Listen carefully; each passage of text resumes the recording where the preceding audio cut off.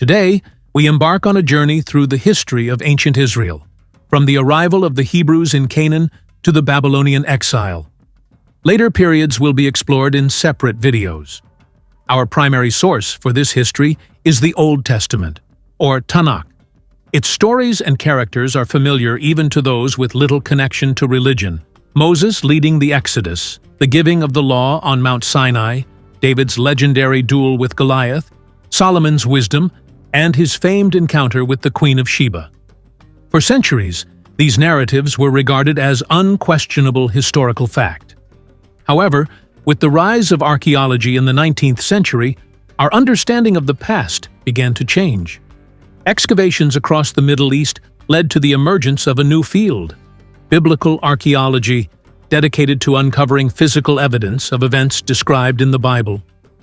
While many aspects of the Old Testament have been supported by discoveries, others remain unverified, and in some cases, archaeological findings even contradict biblical accounts.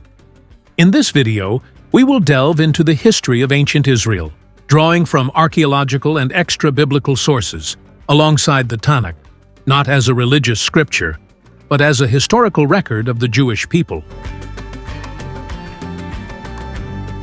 The earliest known mention of the Israelites comes from the reign of Pharaoh Merneptah in Egypt. On a stele commemorating his military victories, he left this inscription: "Plundered is the Canaan with every evil. Carried off is Ashkelon. Seized upon is Gezer. Yanoam is made non-existent. Israel is laid waste. Its seed is no more." Dated to 1207 BC, this stele roughly coincides with the first traces of a people identified as Israelites appearing in Canaan. They were a loose confederation of nomadic tribes bound by a common language, beliefs, and culture. Where they came from and how they emerged remains a mystery. The biblical account of the Exodus from Egypt has no direct historical confirmation, and if taken literally, it contradicts much of the archaeological record.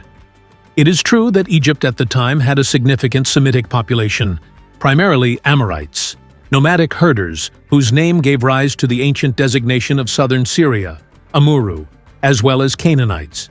Some scholars propose that a portion of this population migrated to Canaan during the Late Bronze Age, blending with the local inhabitants and other nomadic Semitic groups.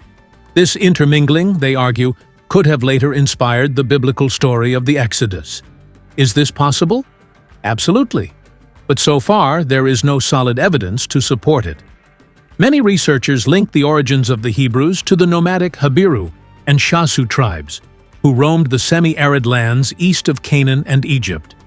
These were pastoralist groups, but they also carried out raids on the settled agricultural communities of the Fertile Crescent. Over time, they may have played a role in shaping the early Israelite identity. By the end of the Bronze Age, the Israelites had firmly established themselves in Canaan. Initially pastoralists, they gradually transitioned to a more settled way of life. While they still lived in tents, they had already begun constructing stone enclosures for their livestock. One of their most distinctive traits was their avoidance of pork, a dietary practice that set them apart from neighboring peoples. Excavations at Israelite campsites and settlements reveal an almost complete absence of pig bones in refuse heaps. This pattern extends to sacrificial remains, whereas in other Near Eastern cultures, pig bones typically make up 10 to 40% of such deposits. The biblical account of the conquest of Canaan also faces challenges from archaeology. Many Canaanite cities, including Hazor, Jericho, Megiddo, and Lachish, did indeed suffer destruction. However, this devastation did not occur in a single swift military campaign, as described in the book of Joshua. Instead, it unfolded gradually over nearly a century, coinciding with the widespread turmoil of the Late Bronze Age collapse. Cities burned across the Near East, even in regions where the Israelites had no presence. As a result, we cannot conclusively link the destruction of these cities to the arrival of the Israelites. During this time, the Israelites existed as a loose confederation of tribes bound by a shared language, beliefs, and cultural traditions. The Old Testament names 12 tribes of Israel, but whether this number is historically accurate remains uncertain.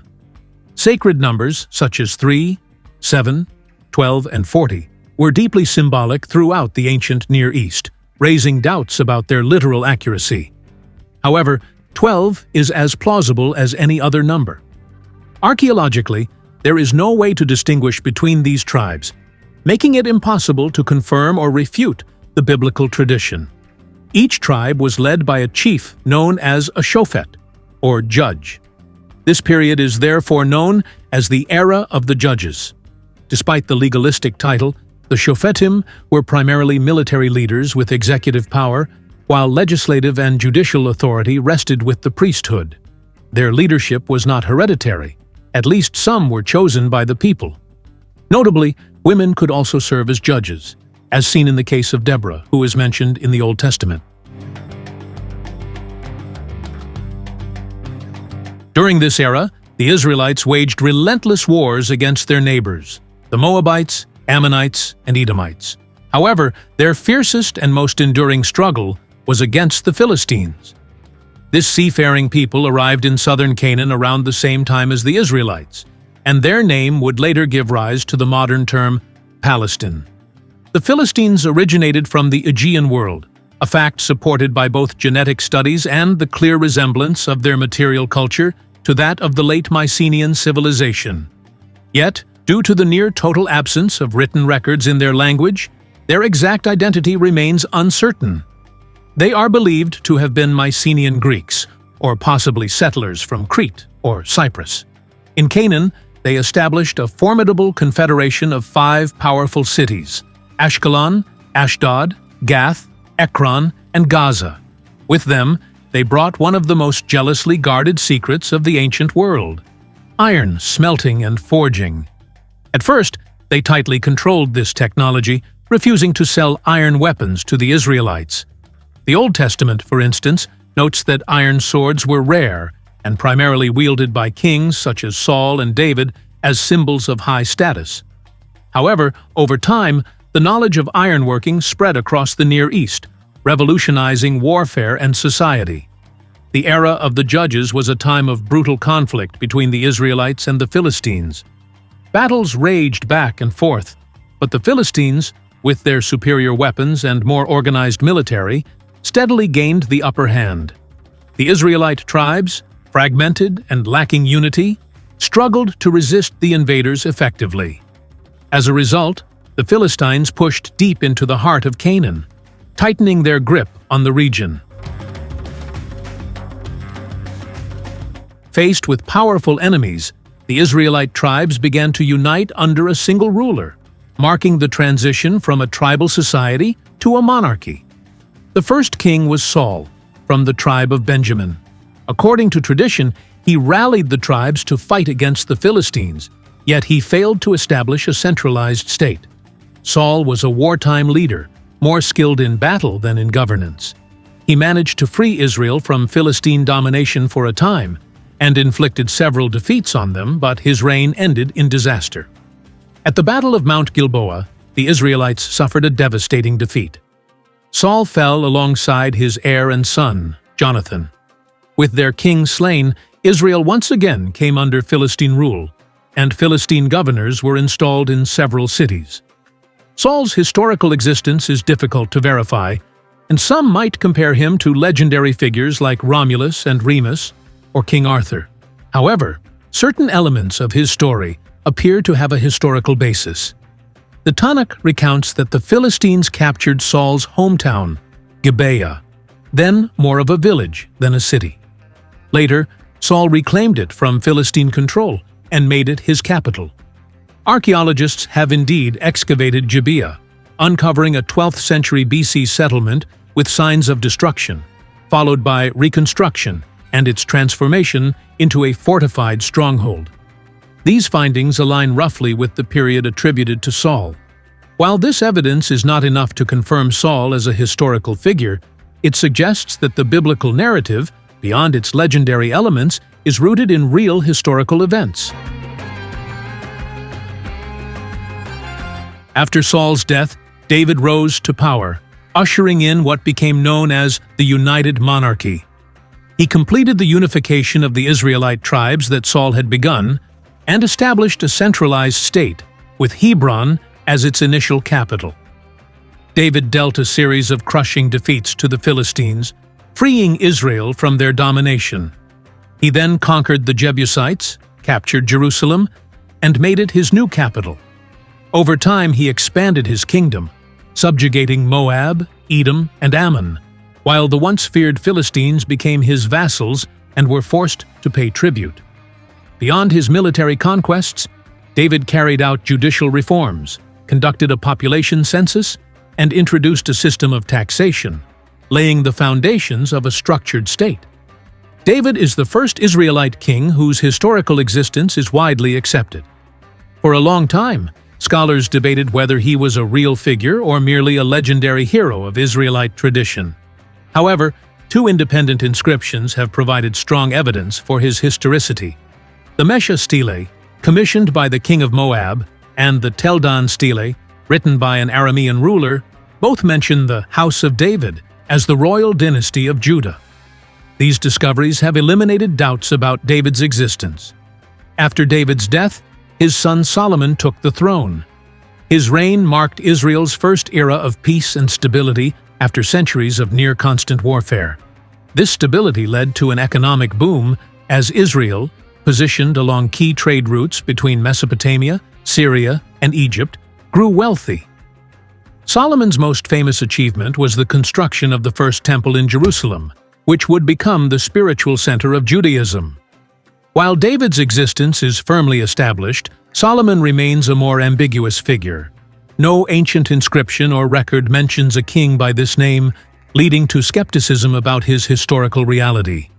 Some indirect evidence exists, such as traces of large-scale construction projects dated to his supposed reign.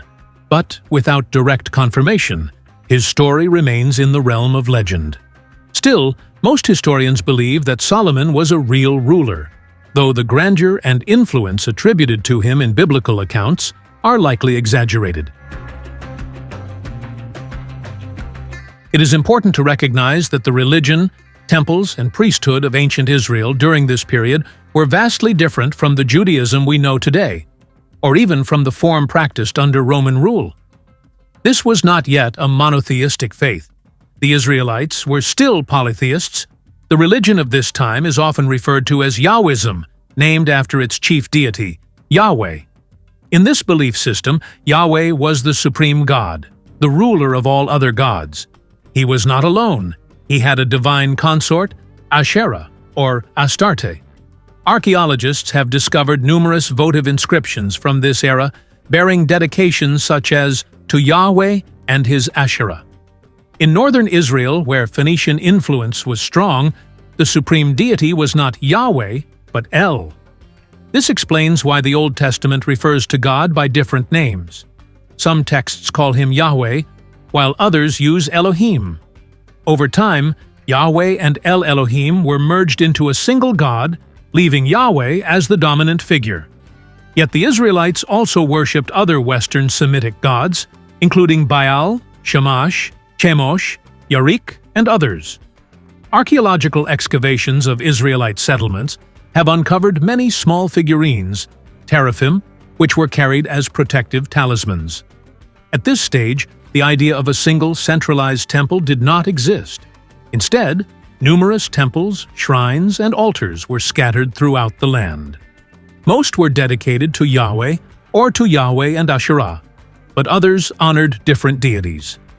Sacrificial practices were also more complex than later Jewish traditions would suggest. Alongside animal sacrifices, the Israelites engaged in human sacrifices, including infant offerings similar to those practiced by the Phoenicians and Carthaginians. Traces of these rituals can be found in the Old Testament itself, in the story of the binding of Isaac, for example, or in references from the book of Jeremiah.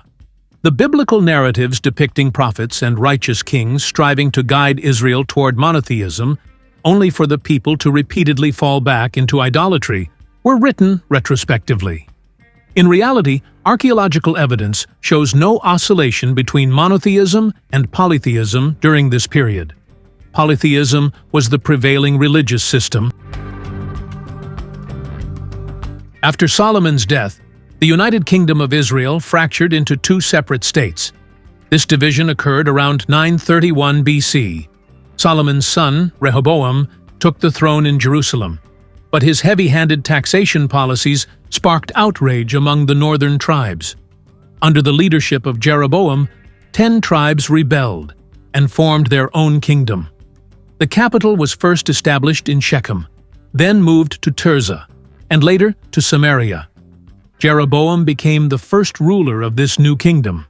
Thanks to its position along key trade routes and its fertile lands, the northern kingdom quickly prospered. Unlike Judah, where the Davidic dynasty ruled uninterrupted, the northern kingdom was plagued by political instability and frequent coups. Over the course of 2 centuries, it saw 19 kings from 9 different dynasties, many of whom seized power through the assassination of their predecessors. Among its most notable rulers were Omri, who established the capital in Samaria and brought political stability. His dynasty strengthened economic and religious ties with Phoenicia, introducing golden calf worship in Israelite cities and constructing a temple to Baal in Samaria. Ahab, Omri's son, who married the Phoenician princess Jezebel, and further encouraged the worship of Baal, El, and Asherah. Jeroboam II, under whom Israel reached the height of its territorial expansion and economic strength. However, this period of prosperity also saw increasing social inequality and corruption. All of this played out against the backdrop of the rise of the neo-Assyrian Empire. Like many other small states in the region, early Israelite rulers acknowledged Assyrian supremacy and paid tribute to the kings of Ashur. But as Assyria's rulers turned from diplomacy to outright conquest, Israel found itself unable to resist. Tiglath-Pileser III was the first to strip Israel of key territories, seizing the Transjordan region and Galilee. His successor, Shalmaneser V, besieged Samaria after Israel's last king, Hoshea, attempted to form an anti-Assyrian alliance with Egypt. In 722 BC, after a 3-year siege, Samaria fell. The Assyrian king Sargon II deported much of Israel's population to distant regions of the Assyrian Empire. Their descendants became known as the Lost Tribes of Israel. The Old Testament casts every king of the northern kingdom in an extremely negative light. However, it is crucial to remember that these accounts were written from the perspective of Judah. From the Judahite viewpoint, the northern Israelites were apostates, rebels, and enemies of true faith. It would be fascinating to read an account of these events from the perspective of the northern kingdom itself, but unfortunately, no such texts have survived. A massive wave of refugees from the north flooded into Judah, causing the kingdom's population to more than double in a short span of time. Jerusalem, once a city of about 25,000 inhabitants, swelled to nearly 100,000. Other cities experienced similar population booms, and new settlements sprang up across the land. At this critical moment, Hezekiah ruled Judah. His reign saw an ambitious wave of construction in Jerusalem. The city expanded, new defensive walls were erected, and large-scale waterworks were built to ensure a steady supply of fresh water. At the same time, Hezekiah launched a sweeping religious reform aimed at consolidating his power and integrating the newly arrived Israelite refugees. He banned idol worship, destroyed numerous temples, and prohibited religious rituals outside the Jerusalem temple. To unify religious practices, he sent envoys throughout the former northern kingdom, urging the people to come to Jerusalem for Passover, a holiday he even rescheduled to align with the traditions of the northern kingdom. However, Hezekiah's reign nearly ended in catastrophe. The Assyrian king Sennacherib launched an invasion, devastating many Judahite cities. Jerusalem itself was only spared when Hezekiah bought off the Assyrians with a massive ransom. Despite all his efforts, Hezekiah's religious reforms were quickly undone by his son, Manasseh, who restored idol worship, placed pagan statues in the Jerusalem temple, and erected altars to Baal, Asherah, and Moloch. It was Hezekiah's great-great-grandson, Josiah, who later revived and completed the reforms. Josiah not only destroyed all remaining temples, shrines, and altars outside of Jerusalem, but he also deliberately defiled them, turning their ruins into public latrines as a symbolic act of desecration. During Josiah's reign, the book of Deuteronomy emerged. According to biblical tradition, this text was discovered during renovations of the Jerusalem temple. However, modern linguistic analysis suggests that Deuteronomy was actually composed during Josiah's time. And not only that, but it was the first book of the Torah to be written. The rest of the Torah was compiled later, also during Josiah's reign, but only after Deuteronomy. This conclusion, of course, contradicts the biblical narrative, which claims that Moses received the Torah directly from God on Mount Sinai. But from a historical and linguistic standpoint, we now understand these texts as products of their time, shaped by political and religious developments rather than divine revelation. The next kings, Jehoahaz, Jehoiakim, and Jehoiakim, ruled under the looming shadow of the great powers of the Near East, Assyria, Egypt, and the Neo-Babylonian Empire. They were forced to tread a delicate path, maneuvering between alliances in a desperate attempt to preserve Judah's fragile independence and avoid being crushed by far stronger neighbors. In the end, Zedekiah, who was serving as a vassal to the Babylonian king Nebuchadnezzar II, made a fatal miscalculation. Seeking to break free from Babylonian rule, he forged an alliance with Egypt, hoping their support would help him throw off the Babylonian yoke. But the gamble failed. In response, Nebuchadnezzar launched a brutal campaign against Judah. After a long and grueling siege, Jerusalem fell. The city was nearly wiped off the map, and Solomon's temple, the heart of Judah's religious life, was utterly destroyed.